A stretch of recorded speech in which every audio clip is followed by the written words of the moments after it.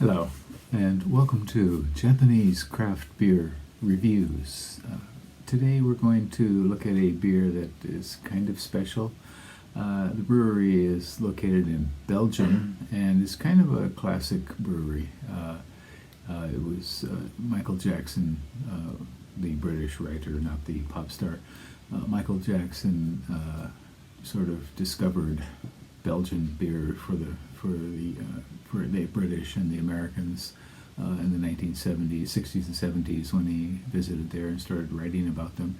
And this is one of the breweries that really impressed him. It's called Rodenbach, and we're going to look at 4 different beers from Rodenbach. And the first one will be the classic Rodenbach, and then we'll look at the Grand Cru. And then we'll look at a kind of special one called Alexander, and then finally a beer called Fruitage. And but very briefly about the Rodenbach Brewery. It was the first Rodenbach. You notice the name doesn't sound particularly Belgian. And in fact, the first Rodenbach came from Germany as a military doctor during the time when Belgium was ruled by an Austrian Empire, and they kind of set down and made roots in Belgium, and then the brewery was developed in 1820, or bought by the family in 1820, and it's located in West Flanders in the town of Roeselare. I don't know if I'm pronouncing it exactly. Roesale. I'll show you a map here of it. And the brewery stayed in the family until 1998 when it was sold to Palm. And now it apparently is owned by a group called the Swinkle Family Brewers. And they make a variety of beers, not too many. But again, the first one is the Rodenbach Original, which is now called Classic, and then Grand Cru at 6.4%, and then a number of vintage beers that they make. They put out in limited editions there, and Vin de Céréales, which is a 10%er, quite strong, and Character Rouge, which is macerated with cherries after some aging, and Alexander, and then Fruitage, and we're going to look at 4 of those now. What they're most famous for is the use of oak foeders, which are not cask, but they're huge, called tuns, T-U-N, and they're massive. The biggest one, or the average one, hold like 4,700 gallons of beer. And the beer is primarily, I think, fermented in steel first, and then aged in these oak foeders. And here are some pictures of them. They're absolutely huge. And Rodenbach is the only brewer that relies completely on those foeders to age their beers. Some of them are 150 years old, and they have, here's a trivia question for you, 294 of them in the brewery currently. And they became famous over the years for not only that, for use of these massive foeders to age their beers, but also supplying yeast to places like Westvleteren and Dedale. So they did a lot of work with other breweries as well.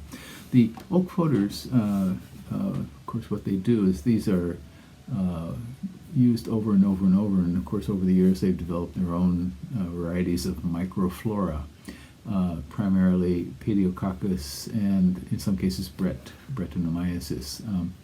And the Pediococcus will give a kind of tart, sort of astringent note to the beer. And so let's look at 4 of these beers in turn from Rodenbach, a very special brewery, and I'm really happy to review them now for the first time. Okay, and here we have a beer from Rodenbach, and it's I think a newer one for them. It's called Rodenbach Fruitage, or Fruitage. I'm not sure how we pronounce it, but this is classified as a flavored beer, a fruit beer, and it is a blend of aged beer and young beer, and don't specify, and with the other beers that they blend, they do specify what amount, like 1/3 young and 2/3 old, that sort of thing for the Grand Cru. But here they don't specify exactly.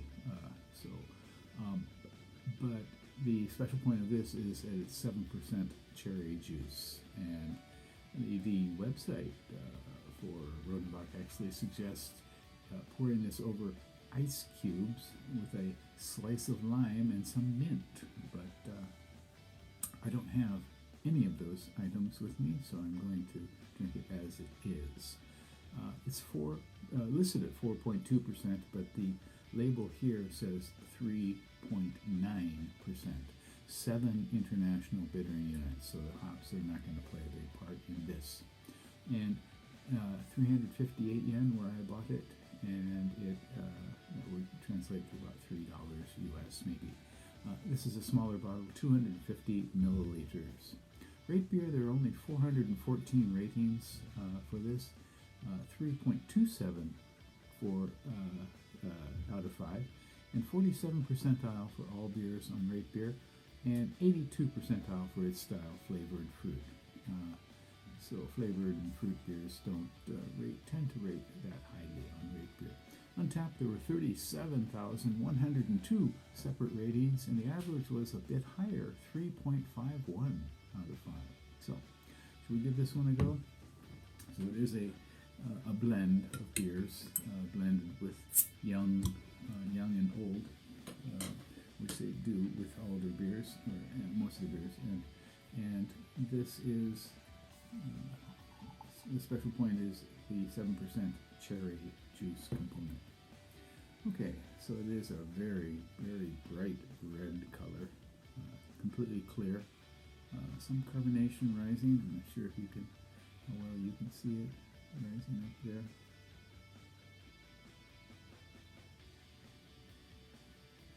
And rather thin, sort of lightly off-white sort of foam, head of foam. Oh, okay, yeah. And this smells quite different from the other beers. Definitely the cherry component is there, quite strong. In fact, stronger than in their other beers. If you try Alexander, that has a lot of sour cherries in it. Okay, so this smells to me pretty much like a light sort of lambic. And the cherry is the main component.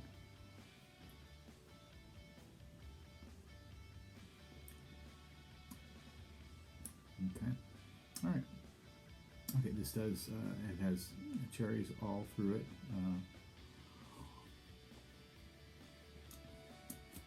Very light astringency on the tongue. It's much sweeter than most of their beers. I guess there's no added sugar into this. They don't list that here. Perhaps some fructose, maybe, to get the cherry juice coming out.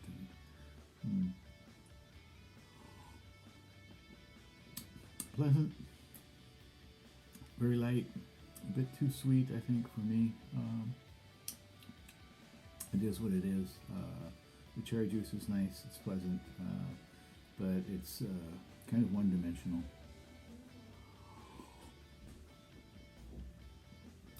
Just a tiny tingling bit of astringency. And cherry flavor maintains itself and kind of stays on the tongue. It gets to the edge of cloying, though. Pleasant, interesting, and in my impression, not the finest of the Rodenbach beers, but you should definitely try all of their beers, that you see. So, once again, this is called Rodenbach Fruitage, 3.9%, 7 international bittering units, and it is a flavored fruit beer from Rodenbach. So I have a playlist of the Rodenbach beers that I've done, and you can take a look at all of those if you like, and let me know what you think about them. What has your experience been with Rodenbach or other Belgian beer breweries, if you like?